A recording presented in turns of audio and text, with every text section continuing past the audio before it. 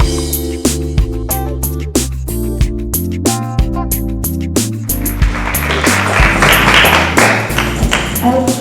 well, masks off. Thank you everyone for being here, for joining us on this rainy night. We are so excited to be back in this gorgeous theater, and just want to thank Andrew and Christina for everything they have done with Gary and Damon and the whole team and the board to bring the theater back to all of us here this year. So without further ado, I am so excited to introduce you all to a very special guest, but she's more than a guest today. She's actually one of my dearest friends, a mentor to me, and it's not very often in your life that you get a chance to interview your mentor. So I'm going to do that in a very intimate way with you all listening in and hopefully joining in with some questions when we're all done. And I can tell you this one thing, Susan can talk about cheese until she's blue in the face.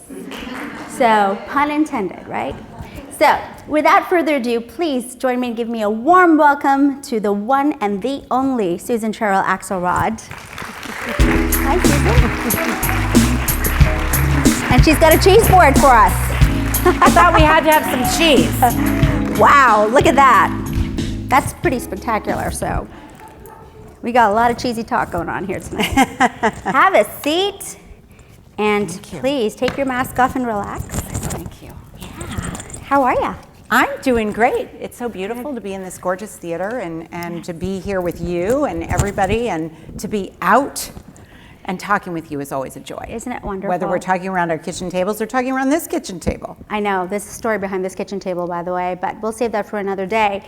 But there's a lot of history here on this table and a lot of wonderful, beautiful Maine cheeses, and we're going to talk about all these amazing things. But how was dinner tonight? Wasn't that amazing? Dinner was across the street at King Eater, and most of you have probably been there. It was delicious. I had a Caribbean-style fish stew that just knocked my socks off, and most of it is in my car waiting to be taken home. But because they serve enormous portions, but it was really good. And we want to also thank our sponsors tonight. They've done such a fantastic job supporting the Talking Food in Maine series, among other things. So thank you to King Eaters and Horch Roofing, and of course Maine Magazine for helping support this event. So Susan, we're going to start out tonight by you telling us a little bit about your childhood.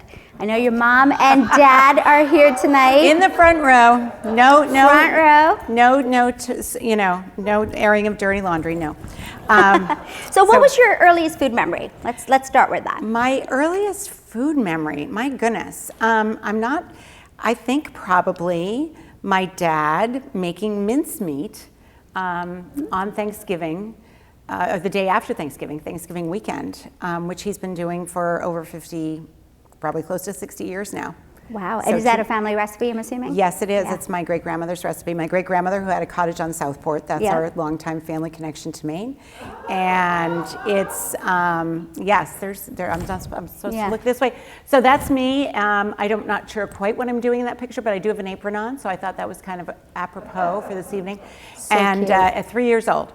But Dad still makes the mincemeat with a big, it doesn't do it in a Cuisinart because it doesn't come out right. So he has one of those big crank things that you clamp onto the kitchen table and you send everything through the grinder. Oh, wow. So this is traditional old-fashioned mincemeat. Wow, awesome. And it's delicious. And when was the first time you tried that? Oh, gosh. I was probably eating it when I was that age. I don't know. Wow, 3 years old? Yeah, so you already had a seasoned palate. That's great. Yeah. So now that we've talked about how amazing your dad's mincemeat was, how about your mom? Was she a good, strong food influence in your life? I'm curious. Not particularly, except that my mother was very clever. She could probably make 15 or 20 different things with a pound of ground beef to feed a family.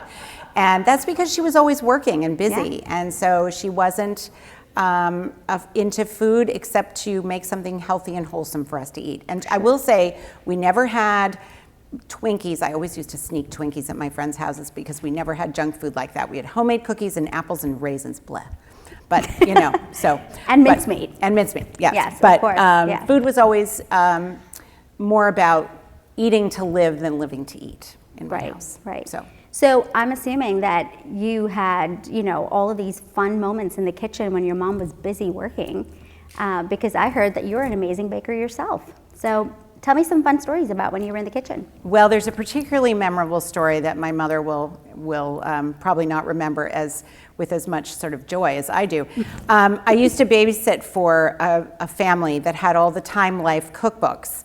And I don't know if anybody remembers those, but they had a big hardcover book, and then they had these little spiral-bound books with the recipes. And I was completely fascinated by these books. Yeah. And the family would let me take them home. And I decided I was going to make these Austrian donuts, jelly donuts, called Faschingkrapfen. And I knew nothing about deep frying, and to this day I have it causes me a little trauma to deep fry something, probably because of this. So my mother was working in schools, and so my brothers and I were home in the afternoon. Right. And I somehow got the idea to make these donuts. So my poor mother gets home and she finds this soggy paper bag on the countertop with these lumps of gray dough that I had tried to inject with jelly with a turkey baster, and a pot of oil that had never gotten quite hot enough, obviously, to fry the donut. And the whole house smells like oil, and at least I didn't burn the house down. Oh my goodness. I'm sure she was grateful for that. So after that very memorable experience, were you allowed back in the kitchen? I was, and as I got a little more experienced with it, I enjoyed cooking dinner for my family, and did that for a while when I was, in my early teens. I went away to boarding school after 9th grade, so I didn't have an opportunity to cook for my family as much then. Where'd you go to school? Went to Northfield Mount Hermon in Massachusetts. Oh wow. Yeah. So mom was like, jelly donuts, you're out the door. Right, that's it. I'm not doing any more of of this, right? Yeah. But I will tell you that my parents acknowledged my growing interest in cooking because they gave me this book for my 14th Christmas. And it is signed, wow. Merry Christmas, Mom and Dad, 1975. Aw, and it that's remains lovely. very, very dear to me. And what's the cookbook? It's Mastering the Art of French Cooking by Julia Child. It was her first volume. Yep. Awesome. Yeah. Wow. So how much did that book play a role in your life? It played a big one, and I don't know if you know the movie Julie and Julia. Oh, yeah. But I kind of felt a little gypped by that movie because I thought I did all that stuff. I don't think I cooked every recipe in the book, but I cooked a lot of them. You did. And it sort of formed my interest in cooking from a very early age. So what was like your favorite recipe in there? What was like the go-to, the Susan special from Julia Child's book? I don't know. It'd be hard to say, but I think I've made the coq au vin many times. I've made the beef bourguignon many times. yum. I've made the soup au pistou many times. So yeah, they're definitely favorites I go back to all the time. That's awesome. Yeah. So when you went to college, where did you go to college, by the way? I went to Trinity College in Hartford. Awesome. And what did you study at I college? studied French and Italian literature, so I could at least read menus. So That's it. That's useful. That's perfect. So, Very yeah, useful degree. But yeah. I actually started catering in college. I needed money, and so I catered parties for faculty members, even catered somebody's wedding at one point. And Wow. So, yeah. That's great. It always pays for those heavy textbooks, right? Right. And of course, because you love cheese, I heard when you were growing up, so you probably had to afford your cheese habit. Well, and yes, and there's a story that I may remember different from my mother, but we had a gourmet shop near our home in Washington, D.C., and I took my babysitting money when I was, 12 or 13 or something, rode my bike down there and bought a wedge of brie, which was new and exotic at the time, and brought it home, and my mother said, but we have cheese. And I said, but Velveeta is not cheese. So I was already such a snob. I was already a snob. Such a snob. Yep. Okay, so you're in college, and I heard this really interesting story about you catering a special event for a Bruce Springsteen band member. Is that right? Yes, I catered. I got the contract as a college student. Wow. Okay. To cater the spring concert, and it was a band called the Waitresses. And I forget the other name of the band. And then there was Clarence Clemons, who was Bruce Springsteen's saxophone player in his band. And musicians always have these sheets of things, I forget what it's called, there's a name for it, but right. Saying what they want. And some of them will say, I want you to just give me blue M&Ms or something crazy. Right. But Clarence wanted a seafood dinner. And of course, having spent my summers in Maine, I knew how to do that. So I went to a friend's apartment and I made steamed lobster and crab cakes, and I can't even remember what else I made, but I had this huge platter of food, and Clarence is a very large man. Yeah. And was, Yeah. sadly. So he was thrilled. And then that summer, that was the spring of my senior year. That summer I went to see Bruce Springsteen out in the Meadowlands in New Jersey. Yeah. And you could never do this now, but I'd gotten to know Clarence's manager a little bit. So I went to the corner of the stage and said, hey, can I come say hi to Clarence? They put me on the packing boxes on the back of the stage with my date, who I kept trying to get rid of the whole time. But, because I thought, maybe I could meet Bruce. Of course. And and I saw Clarence backstage after the concert, and he said, I remember you. You made me that seafood dinner at Trinity College. It was like the happiest moment of my life. Oh my gosh. Yeah. And did you have your Courtney Cox moment? Did he call you on stage to dance? No, he did not call me on stage. I was on stage, but I didn't dance. Yeah. Well, that's fun. So you were already catering in college. Yep. And then what did you decide to do when you graduated from college? Because you obviously were already making all this money catering. You loved it. You enjoyed it. It's funny, I think about now why I didn't go to culinary school, but it just wasn't a thing. Like, I didn't really, you went to college, and if I had really identified what I was interested in, I probably would have gone to Cornell for hospitality, because that's really what I loved. So I went to New York City and I got a job at the Plaza Hotel, and that kind of gave me an entree into another level of catering that I hadn't done before, obviously, catering these huge parties and weddings. And I learned a lot there that then I parlayed into my own business after a few years. So what was the business that you started when you were done with the Plaza? I started a business called Village Green Catering. Oh, yeah, I have a picture of that. That's right. There's your favorite books. Oh, there you are. Yes, Is that it? Yeah. That's the day before I think we opened the restaurant, and that's my mother in that picture with me. And this was in a town called Ridgewood, New Jersey, in Bergen County, and we did a big ladies' lunch business. It was one of the few places where women, many of whom were at home for the first time because they'd had kids, and so they'd had careers but given up their careers, so they could come in and get the chicken artichoke salad from the Silver Palette. You can see how well used this book is. Can you imagine? Look at that. And I love the shape of that book. That book's been well loved, like Andrew said. It's totally falling apart. It's literally falling apart. Yeah. Wow. And my son actually gave me a brand new one a few years ago to replace it, but I have to keep this one. Oh yes, absolutely. But don't forget the rubber band on it. No, you need I won't. That. So at the Village Green, everyone has these fantasies, right? About one day in your life you're going to open up a restaurant. Even if you're never going to do it, you just kind of think, oh, it just sounds so amazing, and it just looks so, it's so exciting, it's fast-paced, and then you own a restaurant. And yeah, let's have some wine. You own a restaurant. I'm actually really thirsty because we had wine at dinner, so I'm actually, okay. Well, I still have that fantasy. I walked into King Eiter's tonight knowing it's for sale, and I thought,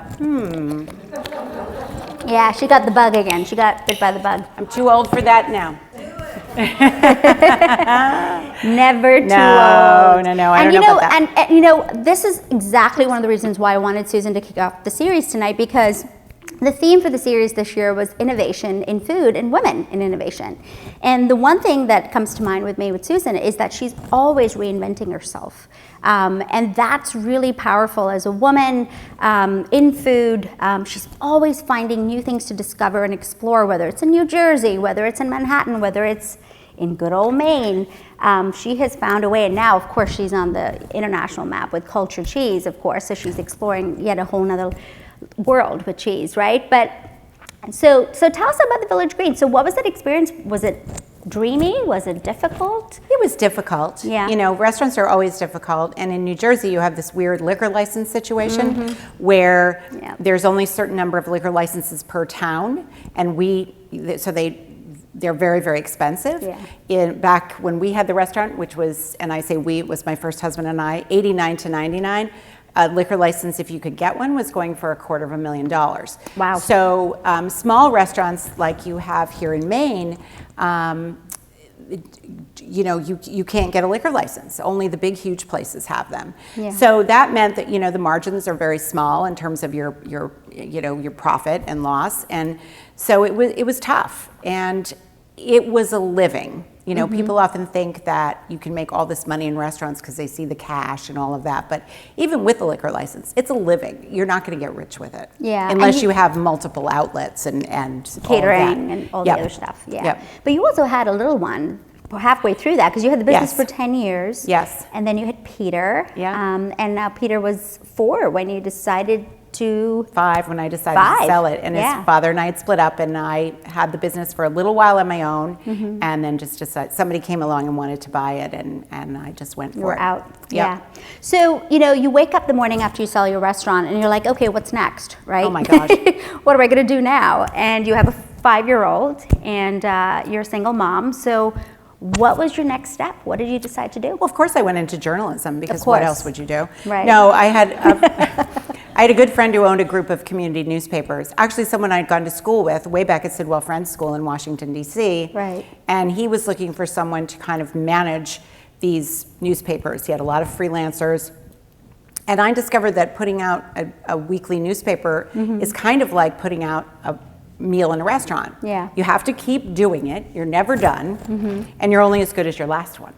So I really enjoyed that. And that little company was eventually bought by a bigger company. And then I went to work for that bigger company. I was sort of sold along with the papers. Right. And I think there's a couple of magazine covers there that you Yes. you work for, right? So this is 20201, which I'm 201. assuming is the prefix for the town, right? It's the area code. Or area Yep, code, sorry. For the yeah, county. For the county. And the one on the right was just sent to me by the art director I had worked with, because that chef, Fortunato Nicotra, recently moved from Paramus, New Jersey to McLean, Virginia. And he's going to be working as the corporate chef for a big group of restaurants in DC.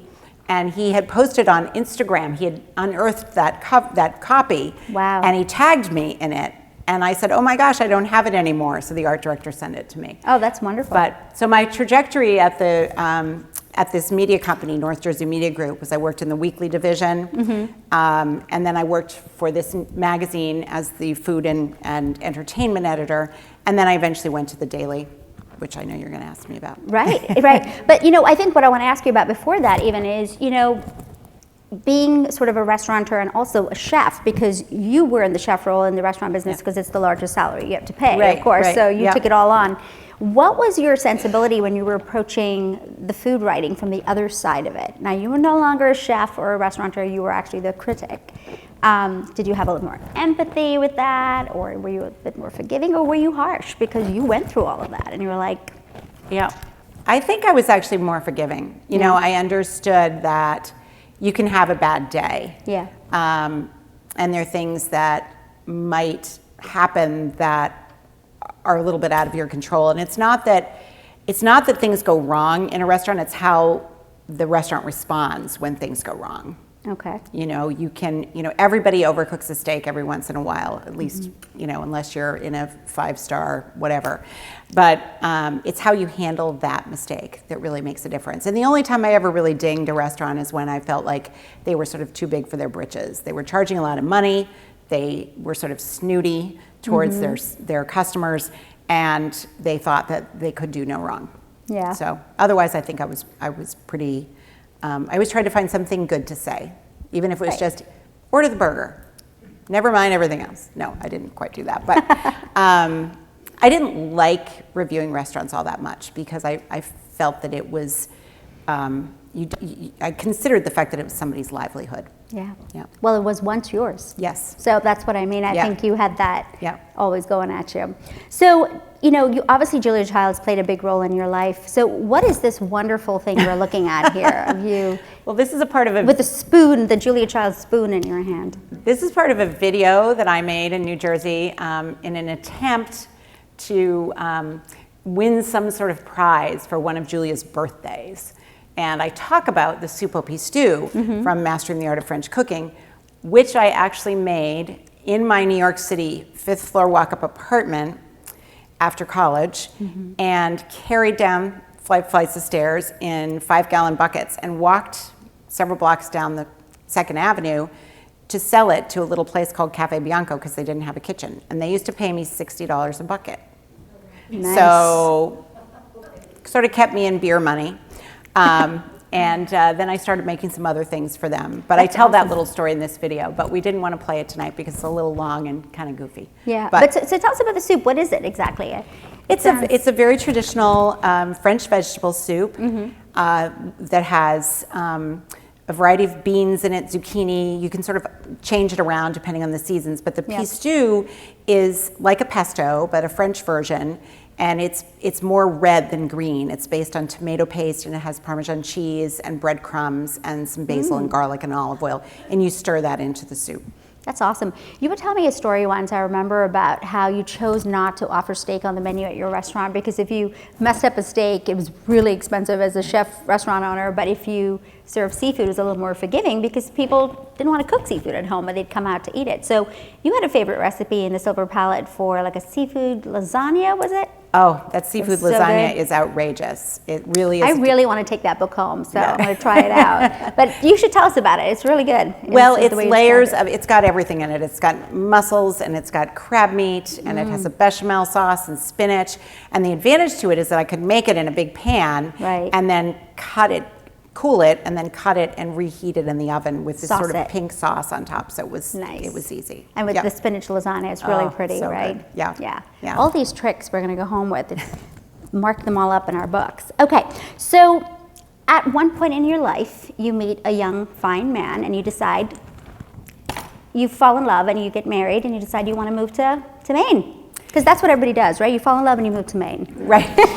That's what I did. It's a little bit different than that, but so it was really more. So tell us the story. How did that happen? Well, it was really more that I really wanted to move to Maine after my son graduated high school. So it was sort of a long-range plan, and at the time I happened to be married to someone who had the same fondness for Maine. So that's how we ended up here.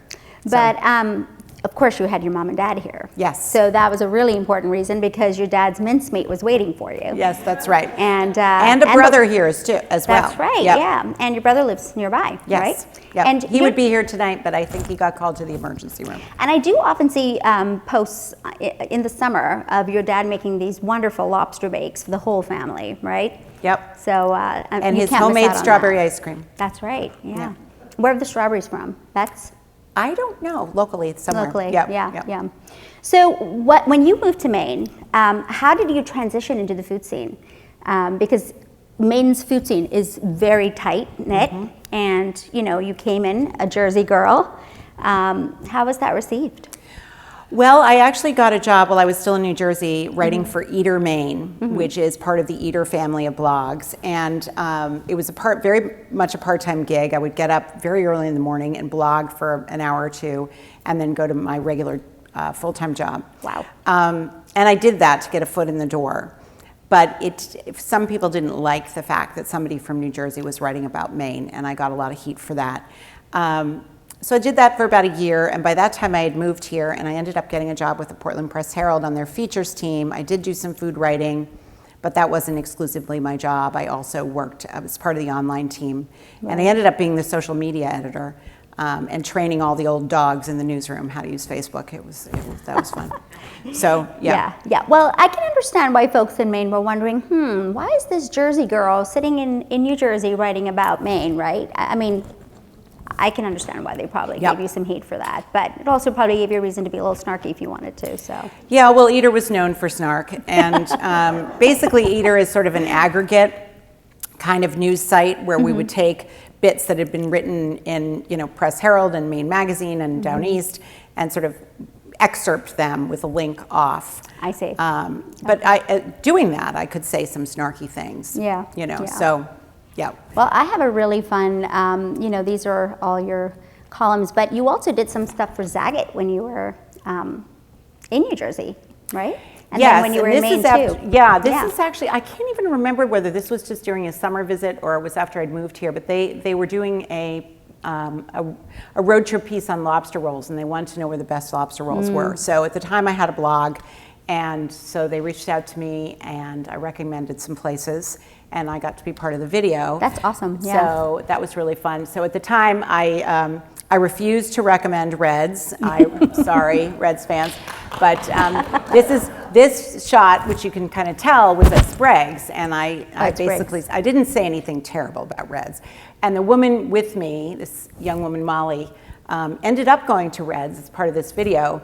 And she said, you can't really eat this like a sandwich. And she was absolutely right. They're these huge chunks of lobster. Yeah. So actually her favorite ended up being further up the coast. I think it might have been Waterman's Beach lobster or something that isn't there anymore. I've never heard of that, yeah. But I'm always pleased now when I drive through Wiscasset in the summer and I see Sprague's has almost as long a line as Reds does. Makes me happy. That's awesome. So when you finally worked at the Portland Press Herald, how did you?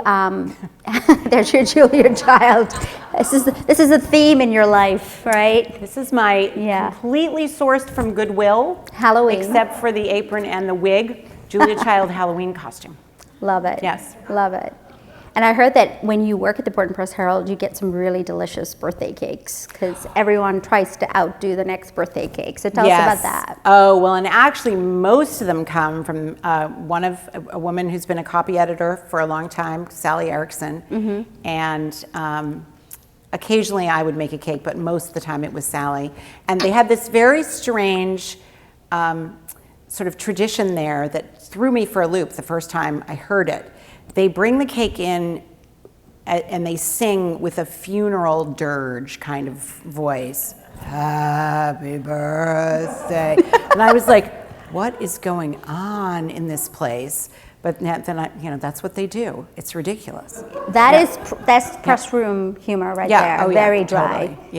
Yeah. So what was the best cake that someone ever made you for your birthday? Because you used to post them. I used to remember that. Yes, I think it was the last birthday I spent there, and it was a tiered cake, almost like a little wedding cake, and it had whipped cream and fresh berries all over. It was amazing. Yummy. Yeah, Sally was incredible. Yeah. It's incredible. I actually took a food writing class with Susan. It was the first food writing class I ever took at Mecca.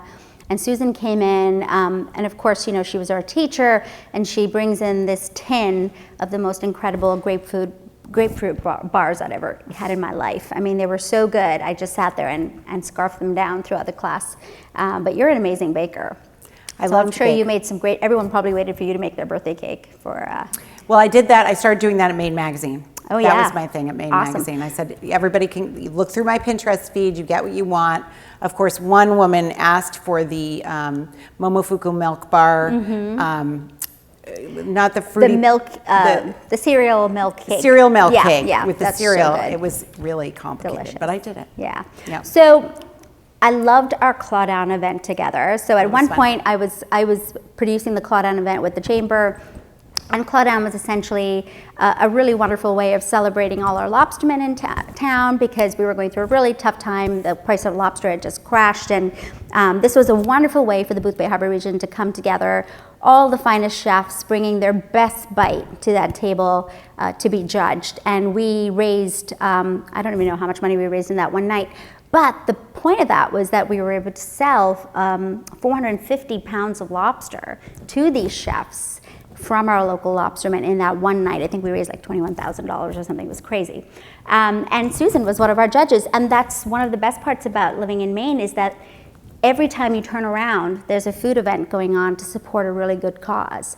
And everyone comes together, right? And that's how Maine is. We just embrace food at every turn. So tell us about this event. This is a really cool event.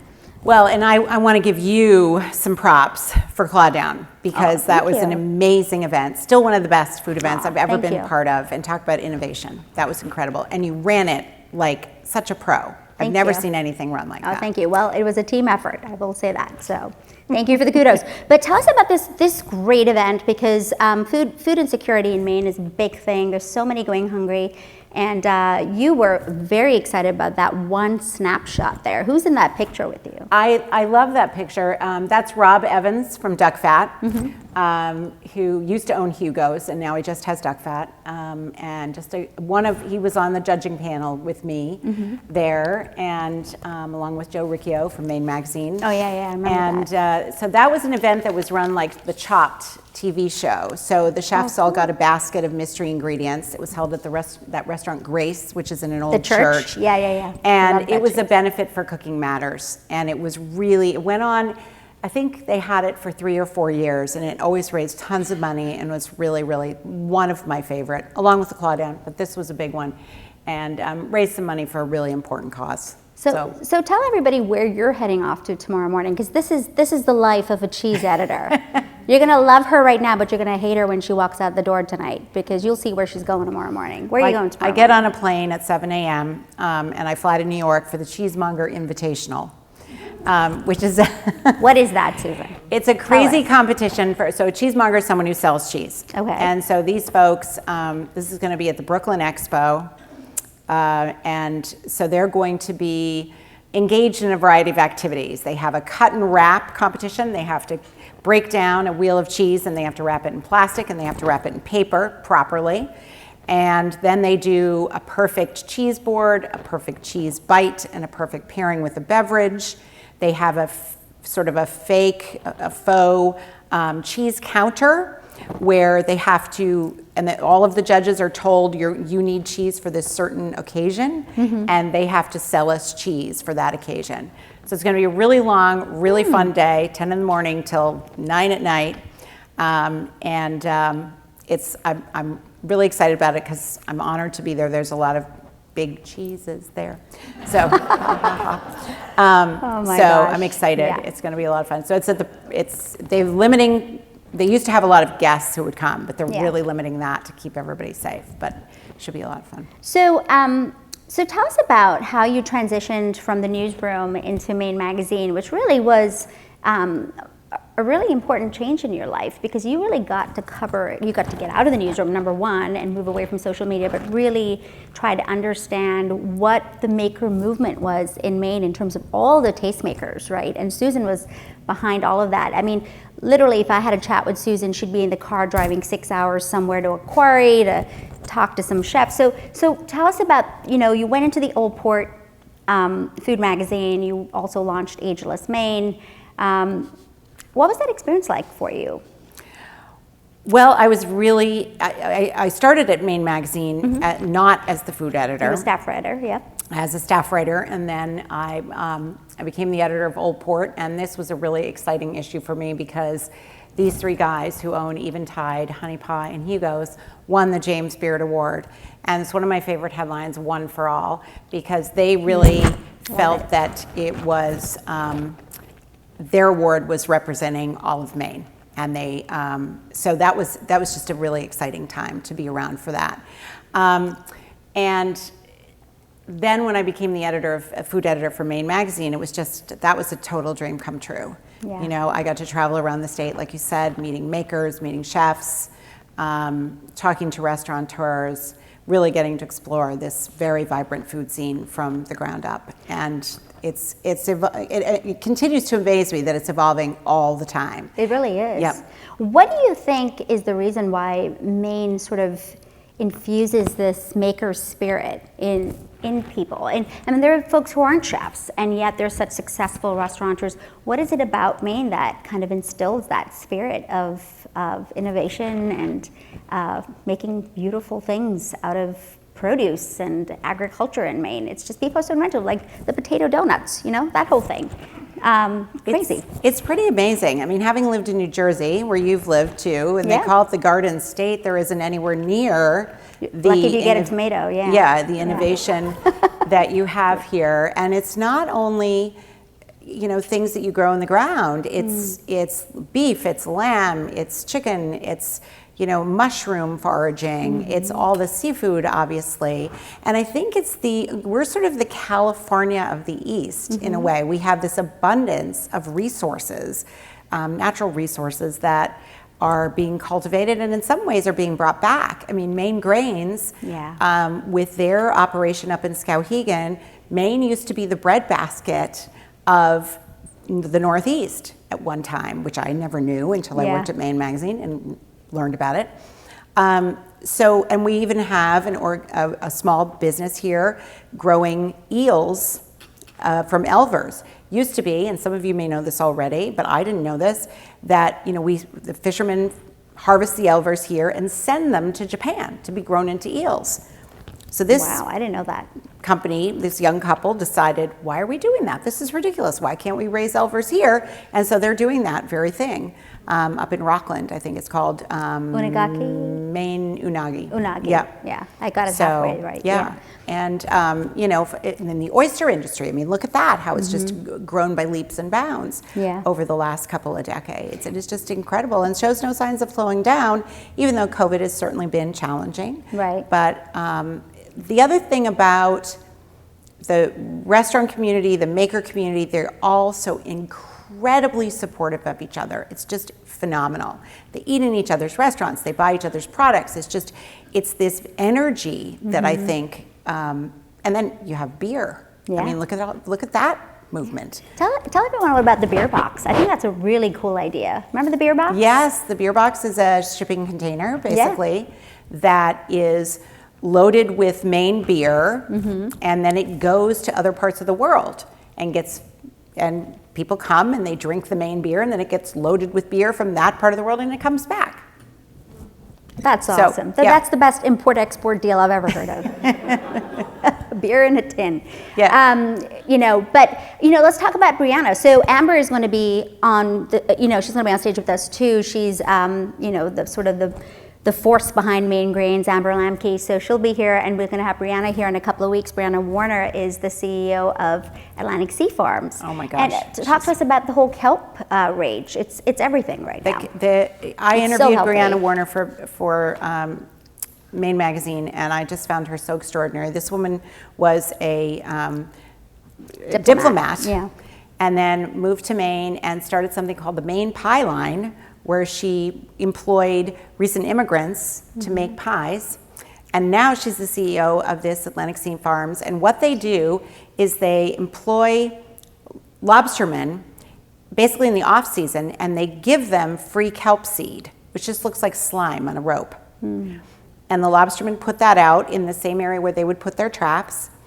And then Atlantic Sea Farms buys back all that kelp and guarantees that they will buy all that kelp, and turns it into fermented products. Like there's a sea cheese made with kelp that's absolutely delicious, and there's some sort of other sauerkraut thing that they make that's wonderful. And then they also have the raw or the blanched kelp, which is delicious. It's very mild, tastes like green beans, and you can make it into any number of things. So, we all go to our favorite Japanese restaurant, Hibachi, and I've always ordered the seaweed salad before I get started. It's like my go-to thing. And I remember talking to Susan when she was covering the story. She happened to show up on my podcast. You were my first guest on my podcast. Thank you for doing that. And we talked about this. And I said, so what's the difference? And tell them what's the difference, because I didn't know that until you told me. That bright green stuff, and I learned this from Brianna, is basically dehydrated seaweed that was grown in waters in Asia that are full of chemicals and heavy metals. And it's basically as if you took a kale chip and you soaked it in water and you said, here, it's kale, which it's clearly not. So it's just not that good for you. That green is not a color found in nature. And so you can make that exact same seaweed salad with the seaweed from Atlantic Sea Farms, and I've made it, and it's wonderful. I loved your recipe. Was it rice wine? Yeah, it's the recipe that's on the back of the bag. Yeah, Oh, rice wine, a little soy sauce, a little sesame seeds, some cucumber. So delicious. And then she also has the kelp, the cubes, the kelp cubes, which you can put it into your milkshake your smoothie or whatever. More calcium than any other food on the planet. I mean, that's the other thing. This is like a no-brainer. The stuff is so incredibly good for you, and it basically grows for free in the water. And it sustains the lobster fishing industry when they're not in off season. Yep. Yeah, that's awesome.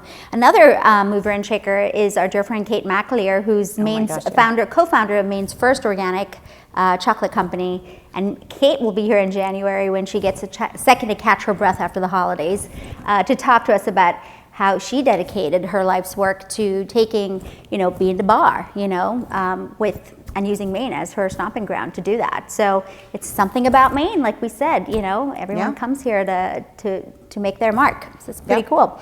How about our friends down the street, Split Rock? Talk to us a little bit about the distillery there. Oh, they're another one that's the first organic distillery, or the first organic bourbon I Right. think. So this is Topher Mallory, who Yeah. also owns or is CEO Of Mexicali Blues, Mexicali yeah. Blues, and his partner, who's a distiller, and they make just delicious spirits. My favorite, actually, is their horseradish vodka, which Really? sounds crazy. I've never heard of but that. they use organically grown fresh horseradish, and they steep it within the vodka, and it has this clean, crisp. You could sip it on ice. I mean, it's delicious in a Bloody Mary too. Yeah. Oh, wow, but that's a great idea. It has a very clean, herbaceous flavor that's just wonderful. So yeah. Amazing. Yeah. Wow. So you've covered so many interesting stories, and I'm curious as to what was going on at Lincoln Bay Resort at the picnic table there with our dear friend Melissa Kelly and Ray Villani. That was a really fun story because I did this Q&A with these two because they were both celebrating their 20th anniversary in business. Mm-hmm. They had never met. They knew of each other, but they had Yeah. never met. And look at the animation. Yeah. So tell everyone who they are. So Melissa Kelly is a 2 times James Beard Award-winning chef who owns Primo in Rockland. Mm-hmm. And Jay Villani owns Local 188 and, help me, I'm having a moment. It's the barbecue. Black Cow and then Yeah. Salvage Barbecue in Barbecue, Portland. yeah. So here's Melissa Kelly, who's a real rock star, who people Yeah. have heard of, and Jay, who's an incredible restaurateur, beloved by his customers and his staff, but sort of toiling away in obscurity. No one's ever Yeah. heard of him. Yeah. And the two of them are just the nicest people, and they had the best time. They told the best stories. There were a lot of them I couldn't include because they were just crazy stories about butchering chickens, and they knew of each other, but Yeah. they had never been in the same place at the same time, and it was just a blast. What a great It's moment. so And there much you are fun. capturing Yep. that, and then Nicole Wolf took Captured that that, picture. yeah. That moment. It was is great. very It animated. was very hot that day. So, COVID happened, and Yep. COVID is still happening and affecting so many restaurants. But, you worked on this issue. It was a really special issue, and that's our dear friend from the Garrison Christian Hayes. restaurant, Christian Hayes, who's also been on Chopped, who's a Chopped winner, and talk about innovating. I would have loved to have him be part of the series. If you ever get to go to the Garrison restaurant, he's reopened again. But the man extraordinary. has completely invented himself and reinvented himself in his business. He also owns Dandelion Catering with his family. And does some incredible things, and he's got a very powerful voice. So tell us about that story and what was going on during COVID. You got to cover a lot of that in this piece. This was very early days for COVID, and these folks had just opened the Garrison, which is a fine dining restaurant in Yarmouth in the Sparhawk Mill.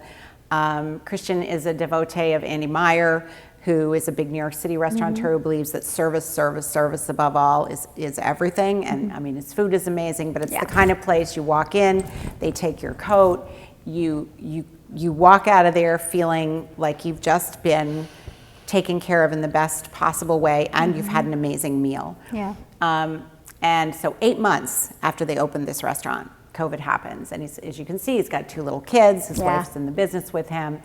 And they just pivoted. They started doing takeout. They were doing, burger and fry nights. Thoroughfare, and right? Thoroughfare, they called it. And so it was an example of the innovation and there were 3 restaurants involved in this. The other 2 were Surly and Boda, both Portland restaurants.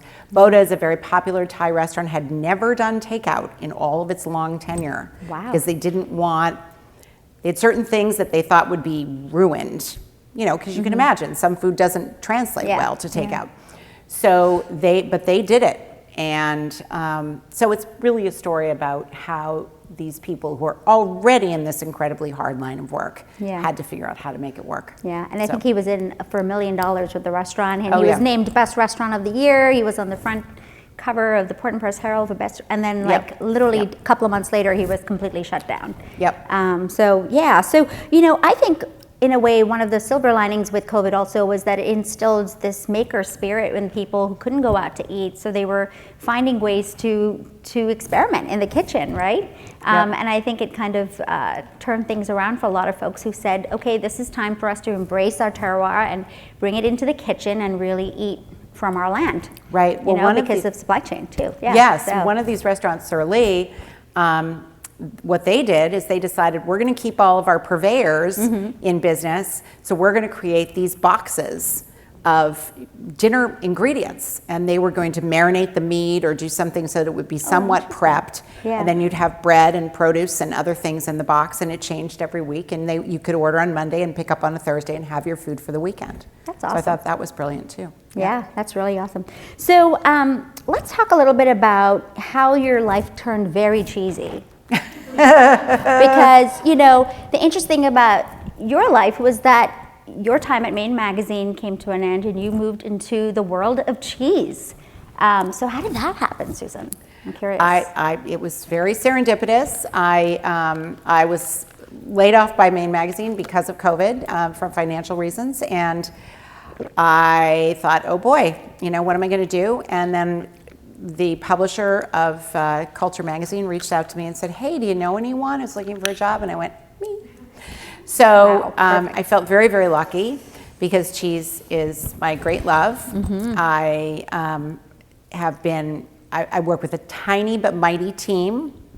We have a creative director, a digital editor, the publisher and CEO, a sales manager, and the former owner, and that's it. And it's a very well-respected national publication. I don't know if you can see some of these up here. I absolutely love this cover, and it's called The Innovation Issue, which is another reason why I just thought it'd be fascinating for you to talk about. Yep. You know, what's innovative in cheese at this point, you know? Well, we and actually have a big piece word. in there on non-dairy cheese, which is a very hot issue in the cheese world. Vegan cheese, there are a lot of cheesemakers who are very upset about the fact that they have to jump through all these hoops for dairy cheeses. There are all these regulations, and there are none for vegan cheeses. Right. So that's been an area, but we feel like we can't ignore it, so we've been working on that. Sure. And we had a piece on, those are all vegan. So what's the deal on the vegan cheese? What does that even taste like? Some of them are good, some of them are terrible. The oat milk ones are really nasty. The cashew milk ones are pretty good. Yeah. But yeah, so you just have to find one that you like if you really want to do that. So Right.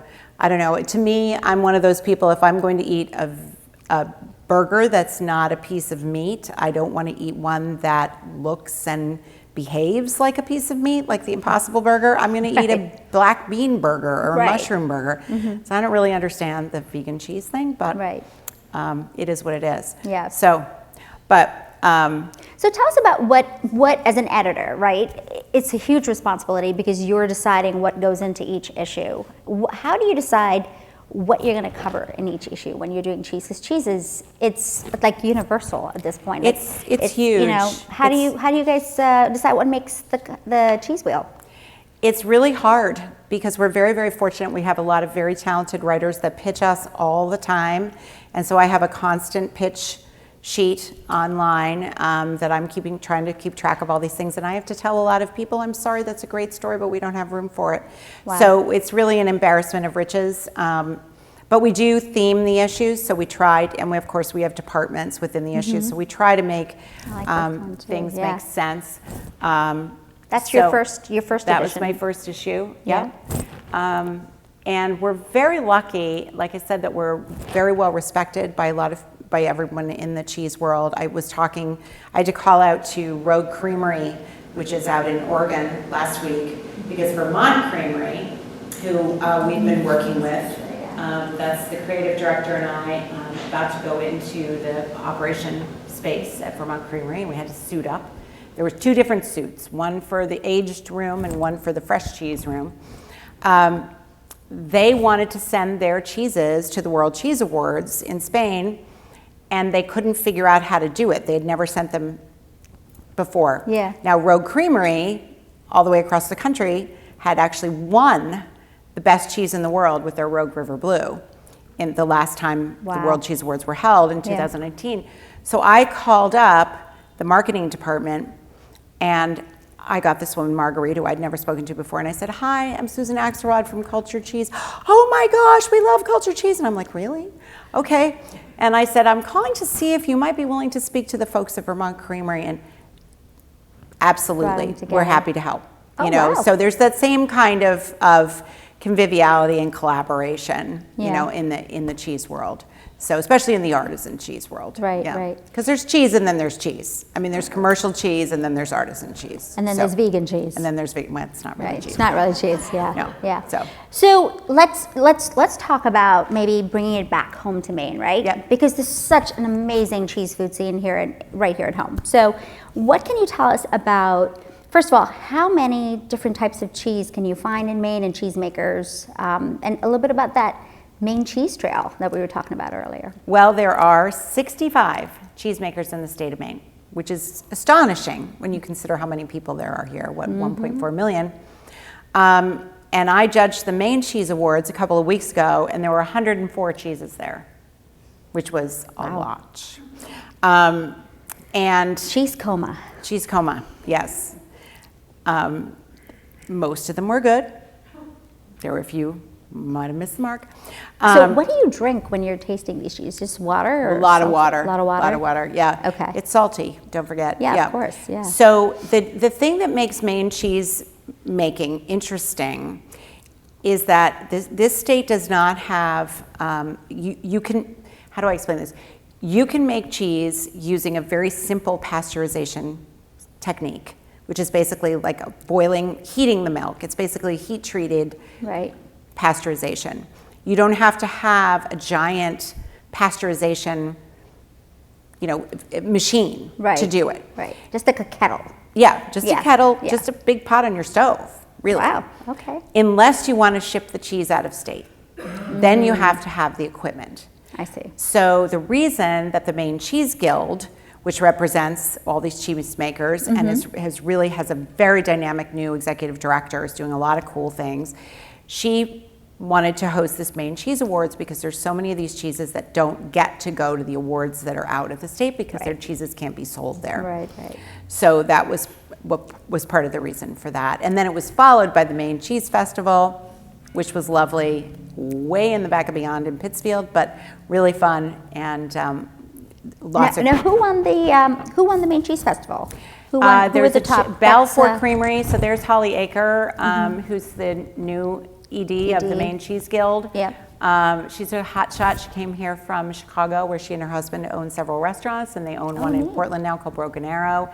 And then there's Christine Rudolevich, who's the editor of Edible Maine. Yes. And she's written some lovely pieces for Culture. She writes regularly. She writes regularly for Culture, and I just wrote a piece for her on raclette, so that was really fun.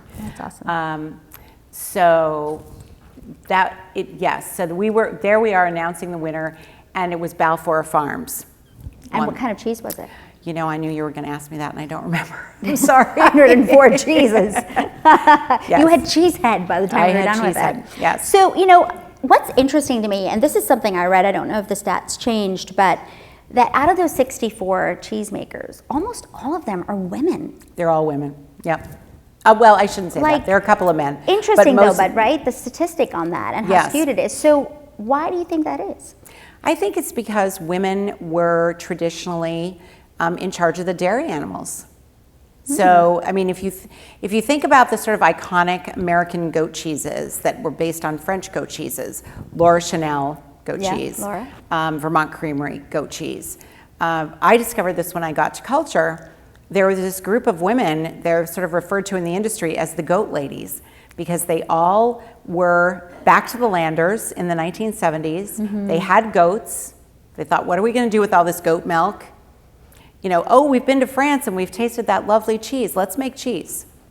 So yes, you have Laura Chanel, who marketed her cheese at the Berkeley Farmers Market, and Alice Waters of Chez Panisse had it. And she bought a whole bunch. That's how her claim to fame. That's right. And then Allison Hooper up in Vermont at Vermont Creamery, now owned by Land O'Lakes, but they're still doing the cheeses the same way that she always did. And Judy Schad out in Indiana, making her Wabash Cannonball, this lovely little ash-covered nugget of goat cheese. And there's several. Mary Keenan at Cypress Grove, who makes Humboldt Fog, which some of you may have heard of. It's a very famous ashed goat cheese, very much like this Tide Line cheese here. Yeah. So I think women were just the ones that took care of the dairy animals. And men wanted the cheese to get all the awards. Right, yes. Yeah, so. Well, I kind of heard that. I mean, the funny thing is, when we were talking about this in the podcast, that's where I learned about it, on Culture, on their website. There was a story that the former editor had written about the lifestyle of cheese making that was very attractive to women, which parlays into what you were just saying, right? They were the ones taking care of the animals, whereas the men went out when they decided to go do cheese. It was all about winning awards and medals and all the accolades that came with cheese making. But I think the women had the last laugh here, because there's 65 of them in Maine going at it. So Yep. That's great. Awesome. So, you know, we're coming up to Thanksgiving soon. Yes. And pumpkins are on our mind, but of course we also have to entertain. So I'm curious about what makes for like a really well-balanced cheese board when you have your guests over, and how can we source that from our Maine cheesemakers here? I see you came in with cheese, so what do you have? I came in with cheese, and I hope you can all see this. I'm going to hold it down and hopefully not drop anything. Yeah, let's get But these are all Maine cheeses on this board. So what do we have? And they were... I can smell them. They were all purchased right here in Damariscotta at Rising Tide, actually. Nice. So what we have here is, this is from Seal Cove Farm, and that's just a fresh chev with dill and garlic. This is Tideline from Winter Hill Farm. This has actually won awards at the American Cheese Society. It is a cheese that is shipped out of Maine, and it's ashed both in the middle and on top. This is a cow's milk cheese. This is called Moonchago from Silvery Moon Creamery. It's a Manchego style cheese with cow's milk. This is Spring Day Blues, beautiful blue cheese from Spring Day Creamery. This is Rockweed from right down the road in Waldboro. That's Lakin's Gorgeous cheese. And that has Bladderwrack seaweed in the middle, very creative, innovative cheese from Allison Lakin. And this is Cyclone from Fuzzy Udder Creamery, another award-winning cheese. It's sheep and goat milk. And the rind is washed with cider from Oyster River wine growers here in Maine. Oh, so this is a real cross-section of creativity in the Maine cheese world. These crisps here are from the Maine Crisp Company. So that's delicious. Yeah. Wow. So how did you decide to put that board together? What was going through your mind when you were saying, okay, you know, we've got a big turkey for dinner, so what are we going to do for the cheese board? How are we going to tackle it so that you don't have too many leftovers after Thanksgiving dinner? Well, I like to build a balanced cheese board of soft cheeses, hard cheeses. I always like to have a bloomy rind cheese. By bloomy rind, I mean something like a brie. I'm a big fan of the washed rind cheeses, like this Cyclone here. They are stinky. I mean, Munster was kind of the original washed rind cheese, but they don't taste stinky. They just smell stinky. And it's kind of like Indian food with asafoetida. It only smells really bad, like between your toes, but when you cook with it, it tastes like garlic and onions. So that's the miracle of asafoetida. So there you go. Yep. Okay. We once had a photo shoot, well, just last year, had a photo shoot in my house for this issue. That was shot in your house? Yes. That cover? Yes, it Wow. was. That's super The cool. whole story was American stinkers. These cheeses were in my refrigerator for a while. It was nice. It was not good. People came over and thought, what is going on?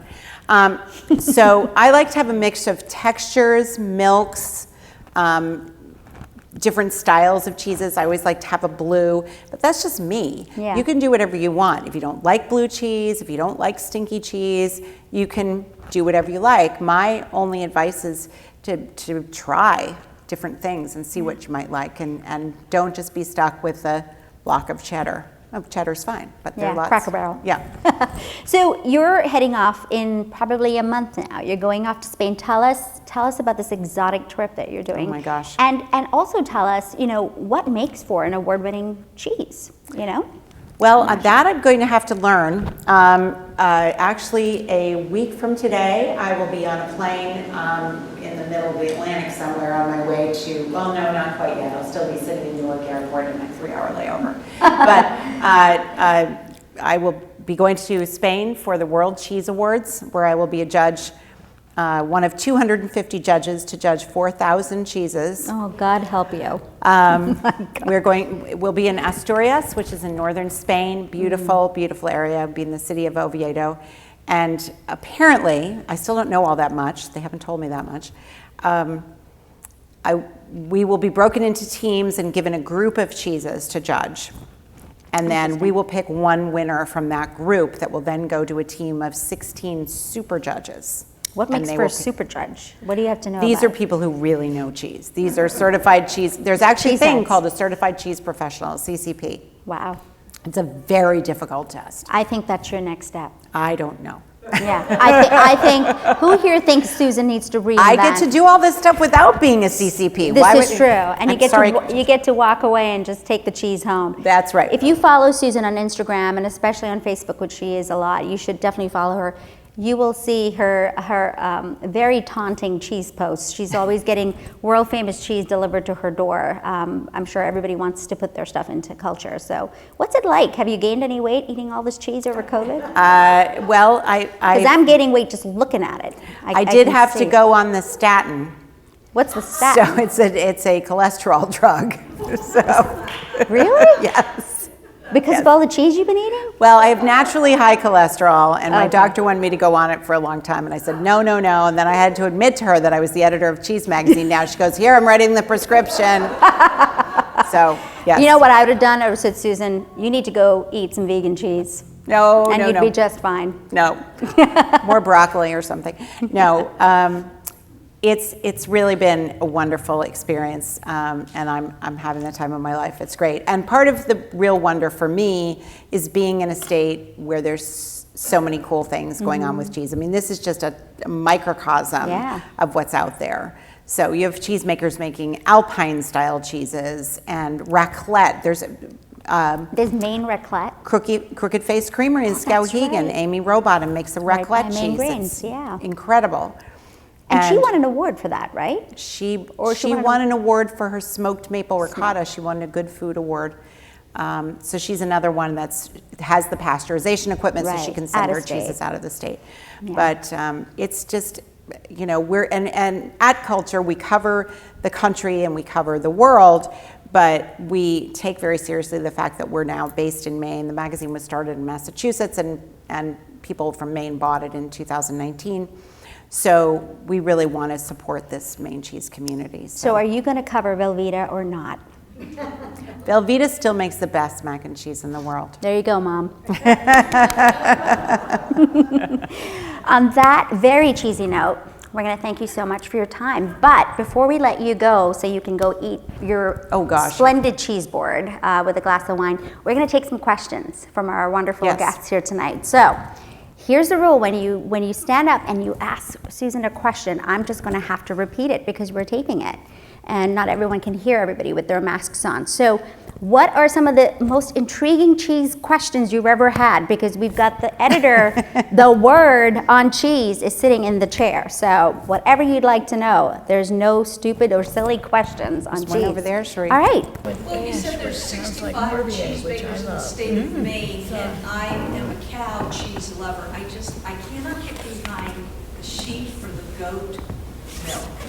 So what percentage are cow cheese makers and what percentage are the other milks, meaning the other animals? So the question is essentially, what's the percentage of cow cheese makers versus, what was it? Sheep and goat. Sheep and goat cheese makers in the state of Maine out of the 64 cheese makers.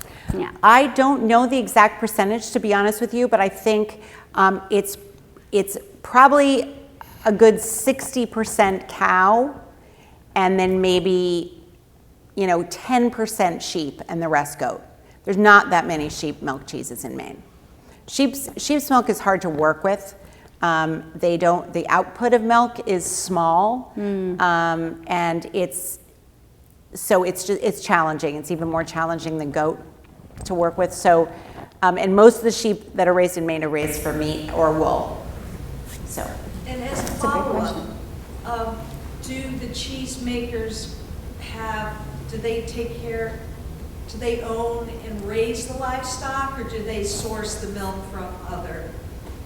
So just repeat the question. The question is, do the cheesemakers own the livestock, or do they source it elsewhere? It depends. Some do and some don't. Hans End, a cheesemaker that I really love that's in Phippsburg, and she's been doing it for a long time. She actually sells at both the Damariscotta Farmers Market and the Boothbay one in the summer. She does not own her own animals. She sources the milk. But a number of other ones do. So. And she also sells that cheese, which is incredible at Eventide Specialties. I know that Kim Martin does sell that. It's really delicious. And Lakin's Gorgeous here in Waldoboro, she makes, I think all of her cheeses are cow. When I say here, I mean just down the road. She does not have her own animals, although that is her goal. And I'll tell you a couple of terms that you can know to distinguish between a cheesemaker that does have their own animals. That's called a farmstead cheese, when they have their own animals. It can be an artisan cheese, which means it's made in small batches and using traditional methods, and not a farmstead cheese. Does that make sense? But most farmstead cheeses are artisan, but artisan cheeses are not all farmstead. Interesting. That's a great follow-up question. Thank you. Yep. Yes. So we attended the Cheese Festival, the Cheese Guild Festival. Can we move it closer to Damariscotta next year? It took us half a day to get there. The question is, can we move the Cheese Festival closer to Damariscotta? I would be all for that. Thank you. Yes, it was a long drive. Thankfully, I drove with my friend Christine. So it was the two of us in the car, but boy, is that in the back of Beyond. You're right. Yep. Pittsfield, you said. Pittsfield. Pittsfield. Did Haymarket, did they win for the Haymarket, the Balfour? Yes. Yep. I think that it was it. Thank you for reminding me. Yeah. So the winning cheese was Haymarket, Balfour. I think another reason that the Cheese Festival is in Pittsfield is because the Balfour Creamery people live there, and I can't remember her first name, but Mrs. Balfour is the mayor of Pittsfield. So, yeah, that may be why. Nice. Yes. That's some small town Maine for you, right Which there. I only learned at the Cheese Festival. I'm running for mayor of Damariscotta. There you go. There you go. I love it. So, Susan, just before we take another quick question, what was the reason that cheese won? What was so special about it was points, so I'm not quite sure. Oh, okay. Yep. But you tried it. What did you think of it? I love all of their cheeses. Yeah. I really do. Yeah, they do some really fine cheeses. Like Hans End, they've been doing this for a long time. So. Nice. Yes. First of all, thank you so much. This has been absolutely delightful. And well done interviewing. I'm not informed about cheeses when it comes to organic designation. Can you comment on that within the state? I don't know how that works, what it would affect, who does it, who blesses it, what it means if you're not. Can you just kind of comment on that whole? I absolutely can. So the question was, how do we determine what's organic and what's not, and what's sort of the difference between the two? Organic it means that you have to have, your animals have to be eating organic grain. And so it goes back to whatever source you're getting the feed from. Or if they're eating grass, the grass has to have not been fertilized with pesticides. So for cheese, and I have a personal feeling about this, I would rather buy local than organic from across the country, because there are lots of farmers, especially in Maine, who don't jump through the hoops to get the organic designation because it's expensive, but yet they're practicing all of those organic techniques. I think you'll probably see it on a label if a cheese is organic. I don't know that any of these are, but I'm sure they're being made, and the milk that is used for them is might as well be, but it's just, it's sort of becoming a little bit of a controversial thing in some ways, because it's about paying money to an organization to get that label. So, yeah. That's a great question. Thank you. Does anybody else have a question? Because I have one question. So for New Year's Eve, I'm going to do a raclette this year. Oh my gosh. And I saw you wrote an article on Maine raclette in the edible issue. Yep. Can you tell us a little bit about that? Oh my goodness. So I have been making raclette for New Year's Eve for many years. Yeah. This story was about a wonderful restaurant called Alice and Lulu's up at Sugarloaf Mountain. If you're ever up there, they do raclette at their restaurant. It's terrific, and you might have seen them at the Maine Cheese Festival. We went to their demonstration. Yep. They're fabulous. I'm going to make a trip up there. They're just wonderful. I love them. Perfect thing at a ski resort too, is raclette. And so different from all the other restaurants there. But my raclette is a little bit different in that I do the melted cheese, but then I also do shrimp and scallops and little tiny burgers or lamb chops. I do a variety of different things. But I think what you want me to talk about is the fact that I went to Switzerland this summer that I was 17, and the host family that I stayed with gave me a raclette oven. It's a round thing that you slide these little tins in underneath, and the heat element is under the top, and you put the bowl of potatoes to warm on the top. Well, that was in 1970, I don't know when it was, late 70s. And I brought it back, and of course it was wired for European current. So my parents knew somebody who rewired it, and it still works. Wow. I use it every year. It's Do you amazing. really? Every time I get it out of the box, I'm like, is it gonna work? Is it gonna blow up? And I plug it in and it works. Wow. So, yeah. Oh, that's a great story. Yeah, so if you get a chance, Susan has a really special promotion just for the folks who showed up tonight. That's right. And she's going to share that with us. And thank you so much. It's a very generous offer. And I am definitely going to be one of the first ones to sign up for it as soon as I walk out with this cheese board, because I'm taking all that home now. There you certainly are. It's been sitting in front of me. So if you would like to subscribe to Culture Magazine, it's $19.95 a year, but we have a special offer, $5 off for tonight, folks who are here tonight. And you can just log on to our website, which is culturecheesemag.com. And if you go into subscribe, which is right at the top of the page, and just type in, it'll ask for a promo code, and the promo code is Maine in capital letters. And that'll give you 4 issues a year for $14.95. Inside tip, we may be going to 6, but we won't up the charge. So it's a good year to subscribe. So That's awesome. Well, culturecheesemag.com. and Maine is the M-A-I-N-E. Is the promo code. Is the promo code. Yep. Awesome. Well, thank you so much, Susan. Thank you, What everybody. a wonderful night to have you guys all here to be a part of this intimate conversation. It really felt like we were all just sitting here. I wish we could share this cheese with you, but unfortunately, okay. This is now turned into a party, so let's just have an intimate conversation into a very cheesy party. For those of you who would like to come and try some cheese, Susan will be here to do that with you. Feel free to enjoy, and I'm actually going to go out to the front of the marquee and take a picture of your name up on the marquee, because my gosh. this is a really special moment for Susan. You know, when you're a food writer, you cover everybody else's stories, right? And you such due diligence. Susan's written about my story, I don't know how many times, and I so appreciate having her do that, but really the story that's fascinating is hers. And so for her to give us her time tonight, for her parents to be here to listen to it and see her up on the stage, all the support they've given her, and for her to be a Maine treasure, which she really is, and such a gift to this state. I thank you all for being a part of this tonight, just coming out. Thank you, everybody. Thank you. And I really want to thank thank Damon and Gary, who always are such absolutely fantastic producers of this show. They take so much effort in making sure everything's safe and clean and well, lit and everything. So please, thank you guys. Please give them a hand as well. He's going to be mad at me because I kept touching my microphone. Yeah. Well, I'm going to let you guys come over and have your word with Susan while I go and go to the front of the marquee there. So thank you guys for coming tonight. Thank you, everybody.